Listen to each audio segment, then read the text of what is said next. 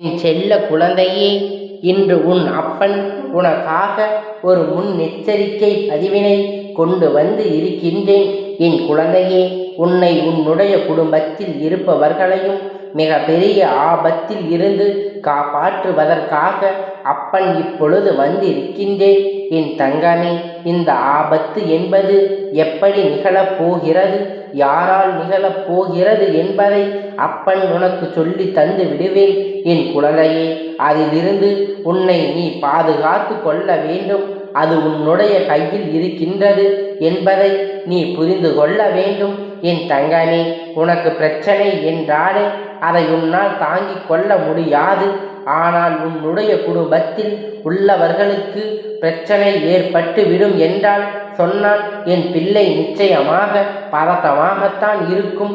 என் தங்கமே, பதட்டப்படாமல் உன் அப்பன் எந்த ஆபத்தில் இருந்து உன்னை காப்பாற்ற வந்திருக்கிறான் என்பதை நீ தெரிந்து கொண்டால் நிச்சயமாக மன மகிழ்ச்சி அடைவாய். உன்னுடைய இல்லத்தில் எப்பொழுதும் சந்தோஷம் நிறைந்திருக்க வேண்டும் என்று நீ விரும்புகின்றாய் அல்லவா? உன்னுடைய குடும்பத்தில் உள்ளவர்கள் எப்பொழுதும் நிம்மதியாக இருக்க வேண்டும் என்று நீ மனதார ஆசைப்படுகின்றாய் அல்லவா? அப்படி இருக்கும் பொழுது நிச்சயமாக இன்னும் 2 நாட்களில் நடக்கப் போகின்ற இந்த விஷயத்திற்கு நீ ஒருபோதும் இடமளித்து விடக்கூடாது. இப்படி ஒன்று நடந்தால் நிச்சயமாக உன்னுடைய குடும்பத்தில் தேவையில்லாத பிரச்சனைகளும் சண்டை சச்சரவுகளும் ஏற்பட்டு மன நிம்மதி இல்லாமல் ஒரு சூழ்நிலை ஏற்பட்டு விடும். ஏற்கனவே இங்கு பிரச்சனை அதிகமாகத்தான் இருக்கின்றது. பல நிம்மதி என்ற ஒன்று இல்லாமல் எல்லாம் இருந்து கொண்டு இருக்கின்றது. அப்படி சூழ்நிலையில் மேலும் ஒரு புது பிரச்சனை வந்து என்னவென்று அதை நிச்சயமாக குடும்பத்தில் உள்ளவர்களால் தாங்கிக் கொள்ள முடியாது. அவர்களுக்கு வாழ்க்கை வெறுத்து போயிருக்கிறது. பிரச்சனைகள் அதிகமாக வந்துவிடும். என் தங்கமே, உன்னுடைய வாழ்க்கையில் எப்பொழுதுமே நீ குடும்ப நலனுக்காக ஓடி ஓடி உழைத்து கொண்டு உன்னை நம்பி இருப்பவர்கள் யாருமே கஷ்டப்பட்டு விடக்கூடாது என்பதில் என் குழந்தை நீ தெளிவாக இருக்கின்றாய். அதற்காக ஓடி ஓடி உழைக்கின்றாய். ஆனால் குடும்பத்தில் ஏற்படுகின்ற சண்டை சச்சரவுகள் நீ ஓடி உழைப்பதற்கு பலனை கிடைக்காது போல ஆக்கிவிட்டு சென்று விடுகிறார்கள். என் தங்கமே, இது போன்ற சில பிரச்சனைகள் ஏற்படுவதற்கு காரணம் குடும்பத்தில் யாரேனும் ஒருவருடைய மனநிலை மற்றவர்களின் மனநிலையோடு ஒத்து போகாமல் இருப்பதுதான். என்ன செய்ய போகிறோம், என்ன நினைக்கின்றோம், அது மட்டுமே சரி என்று அவர்கள் நினைத்து கொண்டு இருக்கின்றார்கள். அப்படி அவர்கள் செய்யும் பொழுது குடும்பத்தின் சந்தோஷம் என்ற ஒன்று எங்கிருந்து வரும்? என் பிள்ளையே, நீயே எல்லா விஷயங்களையும் எல்லா கஷ்டங்களையும் அனுபவித்து விட்டு வீட்டிற்குள் வரும் பொழுது அங்கே நிம்மதி இல்லை என்னும் பொழுது என் குழந்தை மனவேதனை அடைந்துதான் செய்வாய். என் தங்கமே, இந்த அப்பன் உனக்கு இனி நடக்கப் போகின்ற ஒரு விஷயத்தை பற்றி சொல்கின்றேன். நிச்சயமாக குடும்பத்தில் ஒற்றுமை வந்துவிடும். என் தங்கமே, உன்னுடைய குடும்பத்தில் இருக்கின்ற ஒருவர் வெளியில் உன்னுடைய இல்லத்தில் அருகாமையில் இருக்கக்கூடிய ஒருவருடன் நெருக்கமாக பழக்கத்தில் இருந்து கொண்டு இருக்கின்றார். பழக்கம் என்றால் அவரோடு தன்னுடைய குடும்பத்தில் உள்ள எல்லா விஷயங்களையும் சொல்லி கொண்டு இருக்கிறார். அது மட்டுமல்லாமல் குடும்பத்துக்குள் ஒரு சிறு பிரச்சனை வந்தால் கூட யாரேனும் ஒரு வார்த்தை சொல்லிவிட்டால் கூட அவர்களை பற்றி அவர்களுடைய குணத்தை பற்றி தரக்குறைவாக பேசி விடுகின்றார்கள். என் தங்கமே, எல்லோருமே ஒரு விஷயத்தை நன்றாக புரிந்து கொள்ள வேண்டும். உடன் பிறந்தவர்களுக்குள் பிரச்சனை என்ற ஒன்று நிச்சயமாக வராமல் இருக்காது. அவர்களுக்குள் போட்டிகளும் பொறாமைகளும் நிச்சயமாக இருக்கத்தான் செய்கின்றது. நிச்சயமாக பிரச்சனைகள் ஏற்படத்தான் செய்கின்றது. ஆனால் ஒருபோதும் இது போன்ற உடன் பிறந்தவர்களுக்குள் ஏற்படுகின்ற பிரச்சனை 3வது ஒரு ஆளை ஒருபோதும் நுழைய விடக்கூடாது. 3வது ஒருவர் வந்து அறிவுரைகள் சொல்லுகின்ற அளவிற்கு இருந்துவிடக்கூடாது. என் தங்கமே, என்றும் இது போன்ற ஒரு சூழ்நிலை உருவாவதற்காகத்தான் அவர்கள் காத்து கொண்டு இருக்கின்றார்கள்.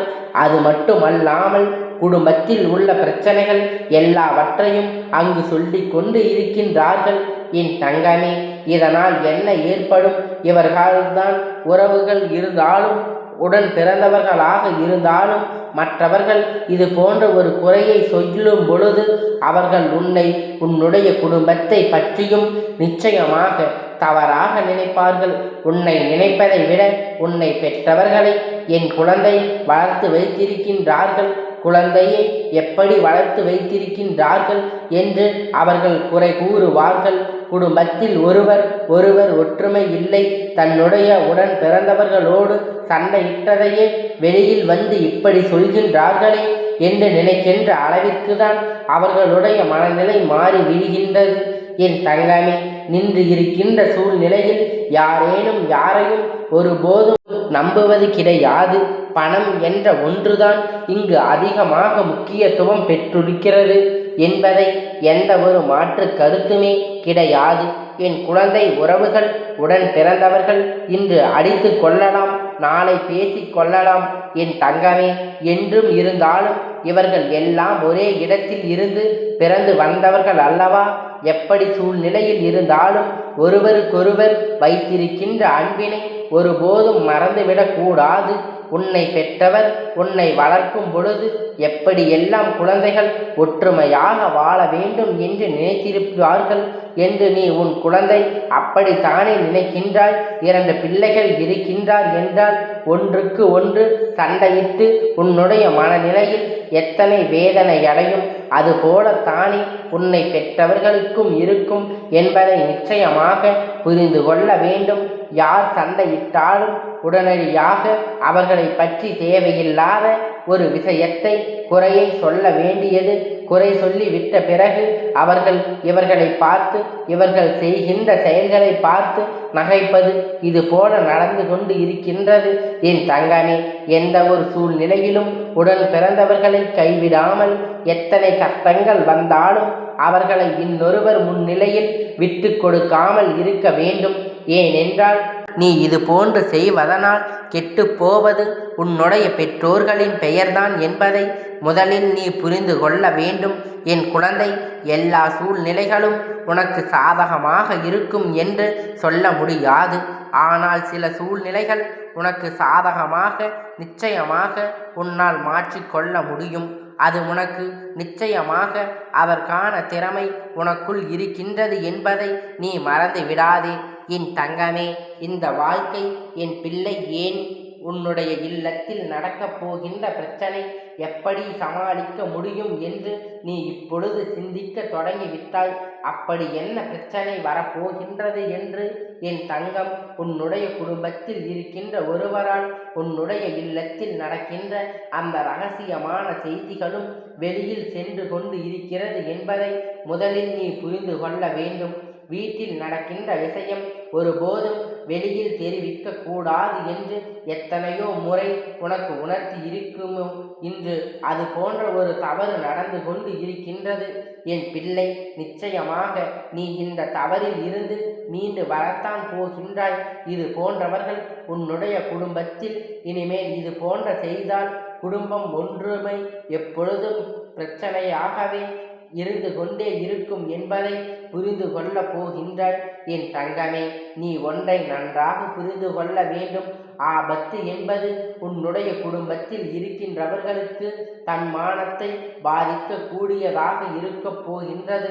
ஒரு சிறு பிரச்சனைக்காக வீட்டில் இருக்கின்ற அத்தனை விஷயங்களையும் வெளியில் சொல்வது என்பது தவறான விஷயம் அல்லவா?